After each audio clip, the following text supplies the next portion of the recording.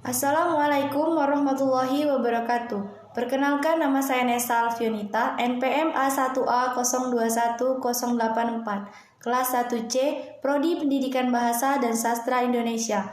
Dosen pengampu, Bapak Dr. Muhammad Kristiawan, MPD.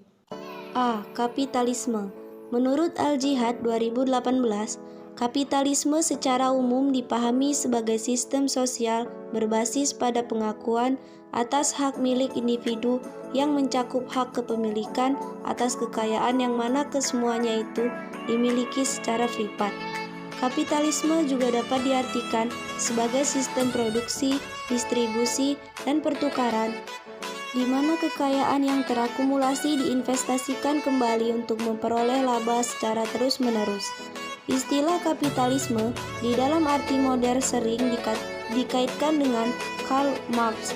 Di dalam magnum opus Das Kapital, Marx menuliskan tentang cara produksi kapitalis dengan menggunakan metode pemahaman yang sekarang dikenal sebagai Marxisme.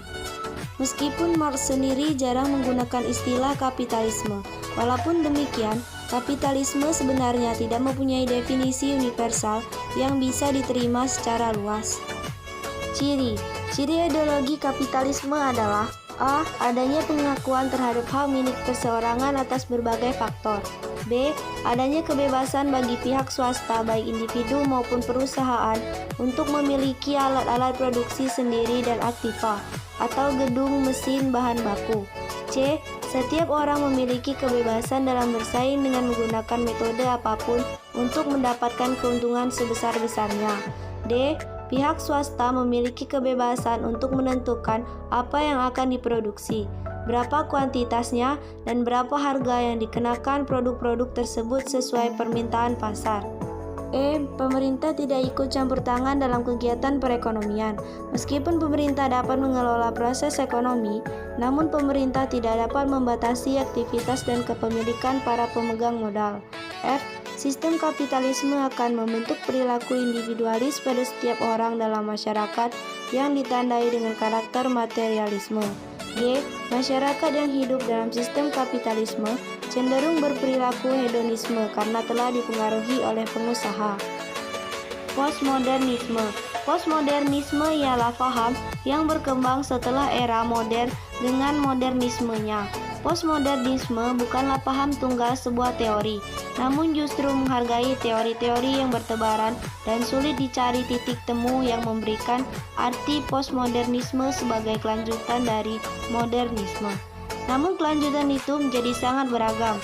Bagi Lyotard dan Geldner, postmodernisme adalah pemutusan secara total dari modernisme.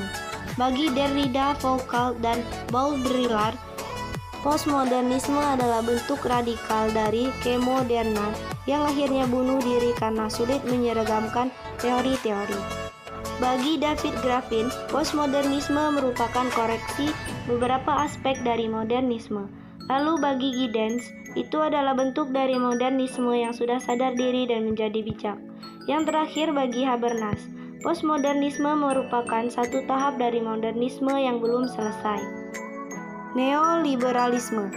Menurut KBBI, neoliberalisme adalah aliran politik ekonomi yang muncul setelah Perang Dunia I, ditandai dengan tekanan berat pada segi positif ekonomi pasar bebas, disertai dengan usaha menekan campur tangan pemerintah dan konsentrasi kekuasaan swasta terhadap perekonomian.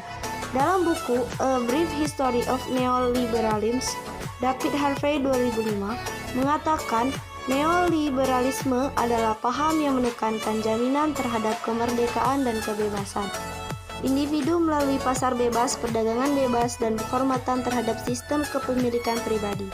Ini merupakan kombinasi antara liberalisme, paham yang menekankan kemerdekaan dan kebebasan individu, dan doktrin pasar bebas dalam tradisi ekonomi neoklasik. Para pendukungnya menempatkan idealisme politik tentang martabat manusia dan kemerdekaan individu sebagai nilai sentral peradaban. Mereka menganggap nilai-nilai itu menghadapi ancaman bukan saja oleh fasisme, komunisme, dan kediktatoran, tetapi oleh segala bentuk campur tangan negara yang memakai idealisme kolektif untuk menekan kebebasan individu.